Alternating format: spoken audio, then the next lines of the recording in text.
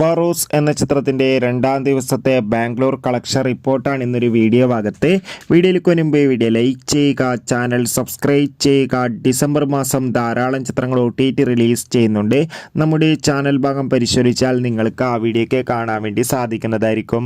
മോഹൻലാൽ നായകനെത്തി മോഹൻലാൽ തന്നെ സംവിധാനം ചെയ്ത ചിത്രമായിരുന്നു ബാറോസ്.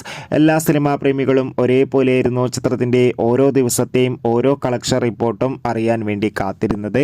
ഫൈനലി ചിത്രത്തിൻ്റെ ഏറ്റവും പ്രധാനപ്പെട്ട രണ്ടാം ദിവസത്തെ ബാംഗ്ലൂർ കളക്ഷൻ അപ്ഡേഷനൊക്കെ പുറത്തു വന്നിരിക്കുകയാണ്.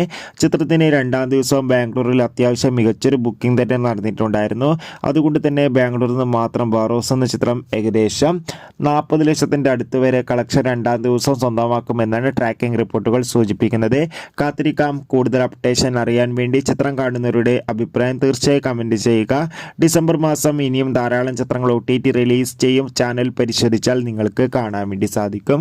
ആ വീഡിയോ ഒക്കെ കാണുക. അടുത്തൊരു വീഡിയോയിൽ കാണുമ്പോൾ അവർക്കും ബൈ ബൈ.